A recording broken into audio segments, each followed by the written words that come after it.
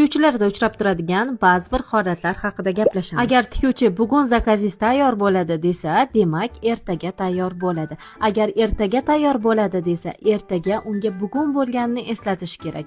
Hafta ichida desa, keyingi hafta chorshanbalar degani.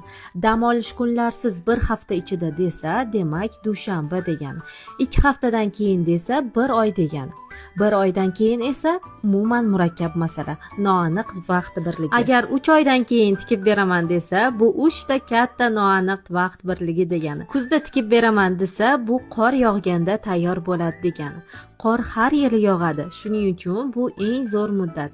Uni hech qachon o'tkazib yubormaysiz. Mabodo qor yog'may qoladigan bo'lsa, albatta yomg'ir yog'adi. Xavotir olmanglar, tikuvchilar o'zlariga olgan matoni ham 10 yildan keyin tikadi. Sizlarga 10 yildan keyin tikib bermayapti-yu, to'g'rimi? Bu noaniq muddatlarni tikuvchilar ham atilabdan qilmaydi qizlarjonlar, chunki har bitta kliyenti o'zining xarakteri bo'lgandek, mana shu xarakter libosda aks etadi. Xullas, tikuvchilarni o'zlariga ham yoqmaydigan mana shu odatlarni sizlar bilan bugun